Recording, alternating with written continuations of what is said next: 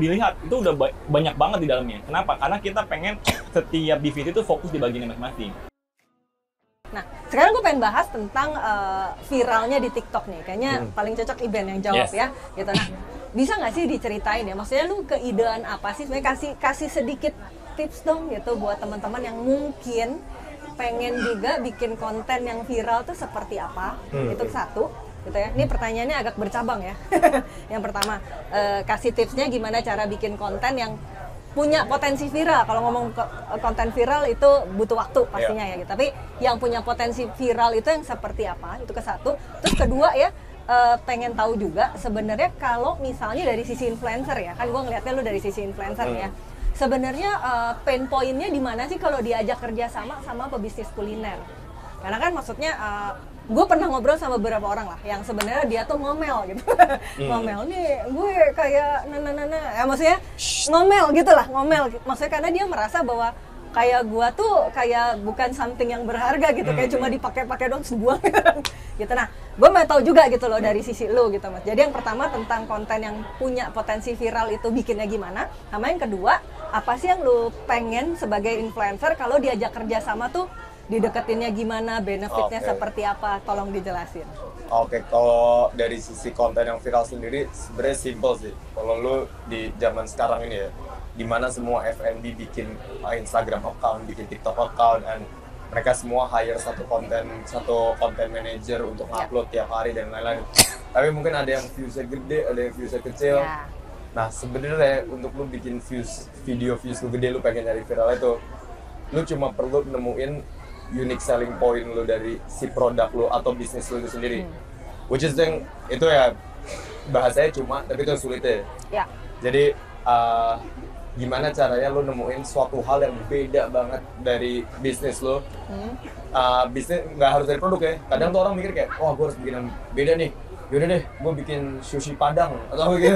Kayak bukan karena itu belum ada, lu jadi harus bikin itu ada. Kayak lu nggak harus bikin yang kayak bedanya gimana banget ya. Lu lihat sendiri sambal bakar, itu bukan suatu hal yang kayak tadi rocket science. Iya, bukan kayak there is nothing new under the sun lah.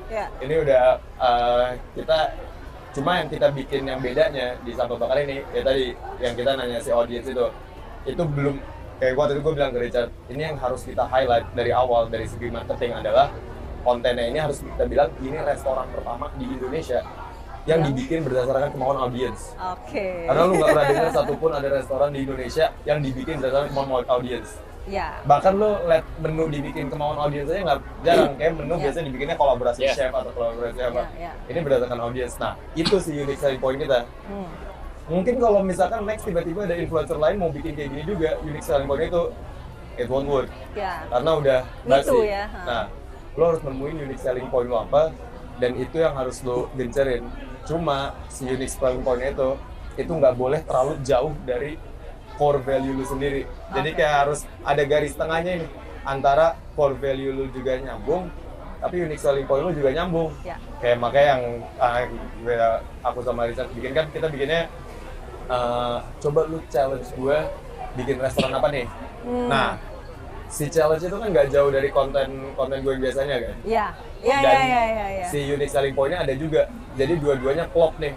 Kalau misalkan gue ada unique selling point-nya nih, bikin restoran pertama di Indonesia, tapi core value-nya, kontennya itu bukan konten gue sama sekali. Tiba-tiba kontennya itu instead of challenge, kontennya itu kayak konten apalah beauty atau apa gitu ya, kayak udah nggak nyambung sama sekali. Atau kayak kontennya tentang motivasi gitu. Itu kan udah bukan konten gue kan. Nah itu pasti nggak akan, orang pasti ngeliat ya. Iklan nih. Lebih ke situ sih. Satu lagi. Apa pain point dari sisi influencer kalau diajak kerjasama sama bisnis kuliner? Mungkin berarti dari sisi foodpreneur ini kayak kalau misalnya pengen kayak kayak Richard lah gitu. Kalau mau collab tuh gimana sih biar influencernya itu nggak bete gitu loh? Kalau menurut gue sih yang pertama, lu harus nyari influencer itu bukan berdasarkan gedenya nih influencer, followersnya berapa dan lain-lainnya. Tapi lu nyarinya berdasarkan kira-kira nih influencer value-nya cocok nggak sama lu. Kayak misalkan contoh, lu pengen bikin restoran salad gitu. tapi lu nyari influencer gede banget yang tiap hari dia makan sambal gitu. Mungkin nggak bekerja, mungkin lebih bekerja untuk kalau lu nyari influencer kayak influencer yang makannya sehat dan nge-gym plant based. Terus iya kayak gitu. Jadi lo harus cari influencer yang cocok sama lo, dan sebisa mungkin influencer itu tuh ya balik ke influencer lagi sih, maunya kayak gimana. Kalau gue pribadi gue nggak mau yang kayak cuma dijadiin mukanya doang. Dan gue ngerasa ya lu sayang aja kayak lu udah nyari partner, tapi karena kadang yang kalau ruginya lu pakai influencer cuma mukanya doang, influencer tuh aslinya nggak sebikin lu laku itu. Kayak lu paling cuma orang beli berapa sih, sekali 2 kali, tapi ya balik lagi ke produknya juga kan. Jadi kayak ya lu misalkan ada influencer, lu jangan don't expect too much lah kalau cuma dari mukanya doang gitu. Harus dari value-nya dia juga. Jadi kalau mau, maksudnya kalau mau ngajak tuh mungkin involve kali ya. Involve dan lo harus lihat value-nya dia cocok atau enggak sama bisnis yang dia mau dibikin. Iya. Nah, tapi cara ngedeketin ini PR banget karena banyak banget yang suka nanya ya. Aduh, saya kan malu, saya kan malu ya, brand saya masih kecil, saya gitu kan. Aduh, kan kalau ngelihat misalnya kayak Mas Iben kan, wah itu kan followernya banyak banget, mau nggak ya kira-kira kalau saya ajak kerjasama? Banyak yang kayak gitu saya yang ngomong kita gitu. Nah, menurut lu cara paling sopan lah ngedeketin influencer tuh gimana sih sebenarnya? Kalau gue sih ya, pertama selama masih gratis untuk nge-DM ya udah DM aja. Kayak nggak ada salahnya. Cuma kalau gue mungkin nggak ada yang Richard lakuin ya. Kalau Richard lakuin itu approach-nya tuh ya approach kayak as a friend, as a business partner. Jadi bukan approach-nya tuh kayak brand mau endorse gitu. Kalau brand mau endorse kan mungkin kayak ini berapa, SOW-nya ini. Kalau ini kayak we're building this together, jadi ya bakal lebih klop lah dibandingkan cuma kayak gue mau ABCDE, lu bisa ngelakuin ABCDE. I see. Karena waktu kita meeting juga, Ben ya, kita udah pamit tuh bahwa kita bakal pertama sama-sama all out. Kedua, kita transparan data. Ketiga, memang kita nggak ada SOW-nya ya. Jadi pas ditanya tuh SOW-nya apa? Loh, nggak ada. SOW itu bukan partner. Partner tuh udah tahu apa scope work-nya apa tuh. Jadi kerjaan apa yang harus dilakukan udah tahu gitu loh. Jadi memang kita keterbukaan aja. Bahkan kita udah tentuin bahwa kita nggak mau bakal ala-ala banget lah. Bukannya event ada di menu, bukannya event ada di banner reklama. Namanya bakal ada event-eventnya gitu loh. Jadi nggak bakal alay-alay juga gitu loh. Karena tugasnya event adalah, yang mahal adalah bukan mukanya eventnya, tapi idenya dari eventnya itu sendiri gitu loh. Itu sih yang kita hargain. Ya. Tadi SOW itu scope of work ya? Apa area kerjanya ngapain aja gitu listnya gitu. Takutnya nggak ada yang ngerti. Kalau misalkan approach-nya masih akan kayak gitu, kayak gue pengen kayak influencer, terus influencernya nih dia harus ngasilin sini, ya mending lu endorse dia aja daripada lu ajak dia sebagai partner. Karena dari segi partner juga bakal tertekan gitu loh. Wah, karena dia punya kerjaan juga kan gitu loh. Punya kerjaan endorse, punya kerjaan apa dan sebagainya kan. Jadi menurut gua Sarita fleksibel aja as a entrepreneur gitu. Jangan malu-malu dan jangan takut rugi juga gitu. Karena dari segi entrepreneur, karena Iben juga tap in juga kan, dia juga keluarin dana, ide dan sebagainya gitu. Karena kita sama-sama bukan sebagai partner, bukannya sebagai cuman BA transaksi gitu loh. Tapi kita sebagai benar-benar partner gitu loh. Semuanya kerja keras gitu loh. Makanya terciptanya bisnisnya yang solid gitu loh. Itu sih. Sama sebagai entrepreneur menurut gue ya, harus fair sih menurut gue, harus fair. Misalnya gimana tuh? Misalkan ya kita udah kasih event nih, misalkan kalau gue ya, gue udah dealing dengan event, planning ke depannya mau kayak gimana. Jadi nggak cuma satu brand doang. Dan kurang lebih, Ben, lu kalau bangun bisnis, lu tuh bakal dapet A, B, C, D, F, D, dan semuanya gue bakal bagi rata. Karena gue nggak investasi, lu nggak kerjasama cuma satu brand doang, nggak satu cabang ini doang, atau nggak satu brand ini doang, tapi semua. Karena kita pengen planning tuh jangka panjang, bener ya? Jadi semuanya tuh, jadi Iben juga punya pandangan bahwa, wah, nih dari segi entrepreneurnya mungkin serius banget gitu loh. Dan gue bilang juga sama Iben, gue nggak mau buka bisnis yang cuman ruko kecil atau kios kecil, nanti jual free franchise dan sebagainya, nggak mau. Kita pengen buka yang benar-benar proper. Gue juga nggak mau lu punya track record buka bisnis F&B rugi dan sebagainya, nggak mau. Jadi benar-benar kita jaga banget. Iben jaga namanya mitra kita, Iben jaga nama brandnya, kita juga jaga itu semua gitu. Jadi ada saling fair lah antara dua belah pihak, itu sih. Ya. Dan mungkin itu semua harus disampaikan di awal harus kali ya. Harus dan tertulis. Dan tertulis ya, benar. dan tertulis, dan mungkin itu tuh harus disepakati bareng dari awal ya, gitu. Jadi jangan ada yang siluman, nggak diomongin tapi nanti jadi masalah. Kadang soalnya dari sisi influencer, mereka ngebet untuk punya bisnis FB, dan dari sisi entrepreneur, mereka ngebet influencer ini join di bisnis FB ya. Yang satu ngira ini bakal bikin salesnya profit banget, yang satu ngira ini bakal kayak, wah ini bakal jadi bisnis gede gua banget deh. Sampai mereka lupa untuk ngediscuss bisnisnya itu sendiri gitu. Ekspektasinya sejauh apa gitu kan dari ekspektasi dan tanggung jawabnya. Ya. Itu ya teman-teman ya, penting itu ya. Nah, mau nanya dong, ini penting untuk disampaikan ke teman-teman semua yang pada nonton nih. Kedepannya ada rencana apa sih? Boleh nggak dibocorin? Baik dari sambal bakar, mau scale-nya seperti apa, atau apalah yang mau disampaikan? Ayo. Gimana? Dari Richard dulu deh, Richard dulu. Gini aja. Sebenarnya kita bakal buka cabang di Bintaro. Loh. Wah, yang nonton ini yang udah tahu duluan. Itu juga nggak boleh bocorin sebenarnya. Kalau salah. Sebenarnya gini aja sih, sebenarnya gue agak tertarik tuh dari segi pengusaha yang malu approach si influencer nih. Gue bakal komenin dikit ya untuk boleh. Sebenarnya sebagai pengusaha ya jangan punya rasa malu kalau bisa gitu loh. Karena gue punya prinsip ya, kalau kita nyoba kita punya dua kemungkinan, fail or success gitu loh. Kalau kita nggak nyoba kita cuma punya satu kemungkinan, fail gitu loh. Jadi walaupun kita ditolak sama si Iben misalkan atau siapapun influencernya, tapi kalau kita nyoba kan kita punya dua kemungkinan gitu loh, bisa berhasil bisa enggak gitu. Kalau lu malu, masih ada rasa malu, takut dan sebagainya, ya jangan jadi pengusaha gitu loh.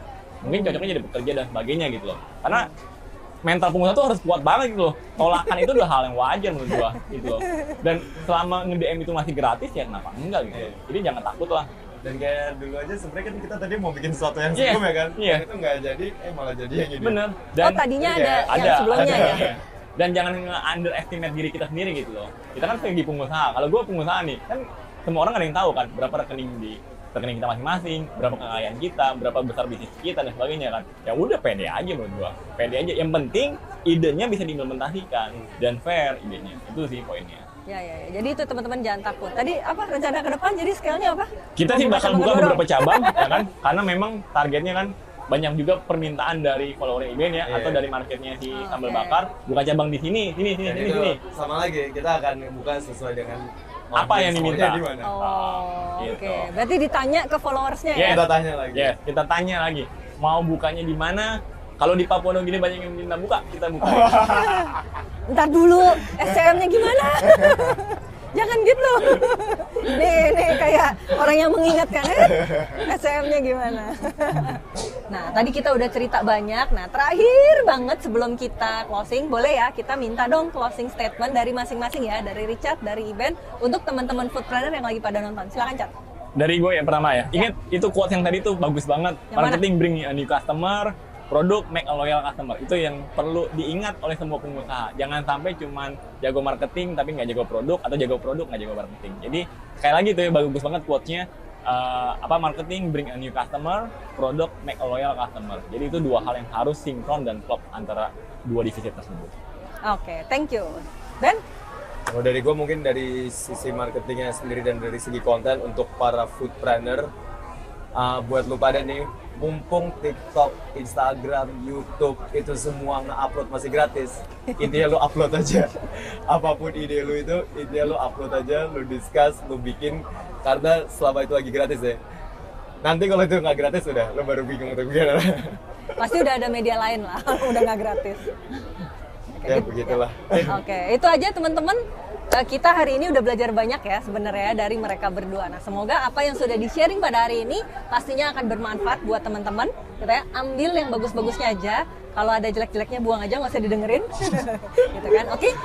Sekian dulu dari saya.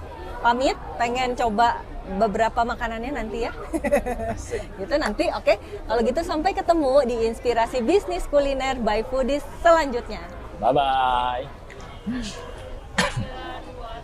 Halo Foodpreneurs. Oke, kita lanjut ya ke segmen bedah bisnis. Setelah tadi kita udah mampir nih ke bisnis kuliner yang belakangan ini lagi viral, sambal bakar. Gimana nih teman-teman? Dapat insight apa aja dari obrolan foodies dengan Richard dan Iben? Nah, untuk semakin melengkapi insight yang teman-teman dapat, yuk kita langsung ulik bedah bisnisnya sambal bakar. Yang pertama, riset pasar. Iben, salah satu foundernya sambal bakar, ini mengawali bisnisnya dengan nanya sebenarnya ke audiens Instagram dan TikToknya mengenai bisnis dan produk apa aja yang sebaiknya diluncurkan. Hal ini merupakan strategi untuk menyusun rencana bisnis yang sesuai dengan keinginan dan kebutuhan pasar. Dari sini, kita dapat mempelajari bahwa sebelum membuka bisnis, pastiin marketnya ada dan banyak yang butuh. Yang kedua adalah menjual comfort food. Nah, customer survey yang dilakukan oleh Iben ini didukung juga dengan data bahwa comfort food memang menjadi pilihan teratas konsumen dalam memesan makanan. Alih-alih menjual yang terlalu unik, tidak ada pesaingnya dan bahan bakunya sulit didapat, Richard dan tim memilih untuk berjualan sesuatu yang sudah biasa dimakan sehari-hari oleh banyak orang. Misalnya seperti ayam goreng, bebek, iga, ikan, dan sambal. Wah, pasti banyak pesaing dong. Betul, pasti banyak pesaing model comfort food seperti itu. Itulah gunanya ilmu, insight, dan inovasi. Sehingga walaupun punya banyak pesaing, brand kita tetap bisa meledak. Salah satu contoh yang dilakukan sambal bakar ini nih ya, mereka menyajikan dengan pengalaman baru, khususnya di Tangerang, yaitu dengan sambal cobek bakar. Yang ketiga adalah kolaborasi. Sambal bakar adalah bisnis hasil kolaborasi Iben yang berlatar belakang influencer dan Richard yang punya latar belakang pengusaha kuliner. Keahlian dan resource yang dimiliki masing-masing saling melengkapi hingga duo combo kolaborasi ini berhasil membuat sambal bakar meledak. Kalau teman-teman ingin berbisnis kuliner dengan partner, pastikan teman-teman dan rekan memiliki keahlian yang berbeda dan saling melengkapi, seperti keuangan, operasional, marketing, dan lain sebagainya. Yang keempat adalah social media campaign. Iben dan Richard secara konsisten mengubah story behind sambal bakar. Hal ini dapat membangun brand awareness dan mendorong engagement yang kuat antara mereka dengan audiens. Misalnya nih, Richard sendiri tak segan membagikan proses sambal bakar dalam pembukaan cabang-cabangnya. Nah, Anda dapat melakukan hal serupa juga, foodpreneurs. Teruslah aktif di media sosial, bangun storytelling tentang bisnis Anda, hingga audiens memiliki sense of belonging dengan bisnis Anda. Strategi ini dapat menarik pelanggan baru dan mengajak pelanggan lama untuk melakukan repeat order. Yang kelima adalah The A-Team. Sambal bakar sejauh ini berhasil konsisten dengan pelanggan yang harus waiting list dulu sebelum memesan makanannya. Nah, dengan membludaknya jumlah konsumen ini akan bahaya kalau tidak didukung dengan tim yang kuat. Mereka membangun kolaborasi tim dari sisi business development, back office, operasional, sampai branding dan sosial media. Sehingga akhirnya bisnis mereka bisa berjalan dengan cepat dan booming. Hal ini sangat penting ya teman-teman ya. Apalagi kalau kita lihat konsep sambal bakar ini. SKU atau penggunaan bahan bakarnya sangat banyak. Mulai dari protein base, ayam, bebek, sapi, ikan, sampai bahan baku yang pendukungnya seperti sayuran, cabai, dan lain sebagainya. Tanpa back office management yang mumpuni akan sangat sulit bisnis ini untuk dijalankan, apalagi mencapai omset puluhan juta per harinya. Di sini, foodpreneur dapat menggarisbawahi ya, bahwa viral aja itu nggak cukup, melainkan juga harus betul-betul mempersiapkan internal yang kuat dan tetap menjaga standar kualitas agar bisa sustain. Oke teman-teman, itu tadi insight yang sudah Foodies rangkum. Semoga bisa jadi manfaat dan inspirasi buat teman-teman semua. Insight yang mana nih yang paling ngena buat teman-teman semua? Yuk share di kolom komentar. Dan terima kasih sudah menonton Bedah Bisnis on the Road kali ini. Subscribe, like, dan share ke teman-teman lain agar juga bisa dapat manfaatnya. Foodies Academy, belajar dan berkarir di industri kuliner. Jangan lupa subscribe di Foodies YouTube channel, di tombol subscribe agar kita bisa mendapatkan update berbagai video terbaru dari Foodies dan juga share ke berbagai grup video-video pembelajaran dari Foodies.